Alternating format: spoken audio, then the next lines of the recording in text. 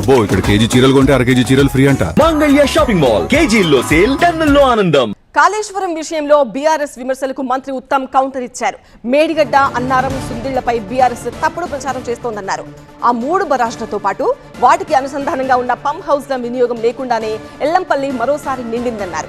ఎల్లంపల్లిని కాంగ్రెస్ ప్రభుత్వమే నిర్మించినప్పటికీ తామే కట్టినట్టుగా బీఆర్ఎస్ చెప్పుకుంటోందన్నారు. బీఆర్ఎస్ నిర్మించిన బరాజ్లు 3 ఏళ్లలోనే దెబ్బతిన్నాయన్నారు మంత్రి ఉత్తమ్.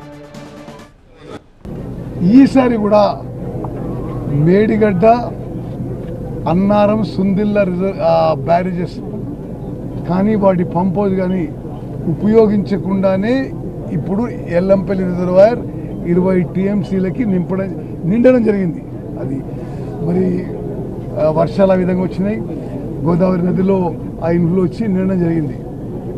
ఈ విషయంలో మా ప్రభుత్వాన్ని ఏదో మేము తప్పు చేస్తున్నట్టుగా ఒక తప్పుడు ప్రచారం బీఆర్ఎస్ పార్టీ చేసిన విషయం కూడా మీ ద్వారా యావత్ రైతులకి, తెలంగాణ ప్రజానీకానికి మరోమారు తెలియజేస్తున్నాం.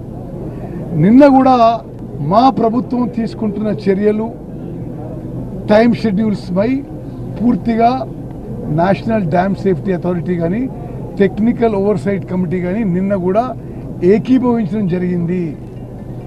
మేము ఆ 3 బ్యారేజెస్ కూడా ఒక సైంటిఫిక్గా, ఒక సిస్టమేటిక్గా టెస్టింగ్ చేసి, రీహాబిలిటేషన్ చేసి పునరుద్ధరణ పనులకి కట్టుబడి ఉన్నాము. మాకు వాటి 3 విషయంలో కూడా ఏ రాజకీయ దురుద్దేశం లేదు.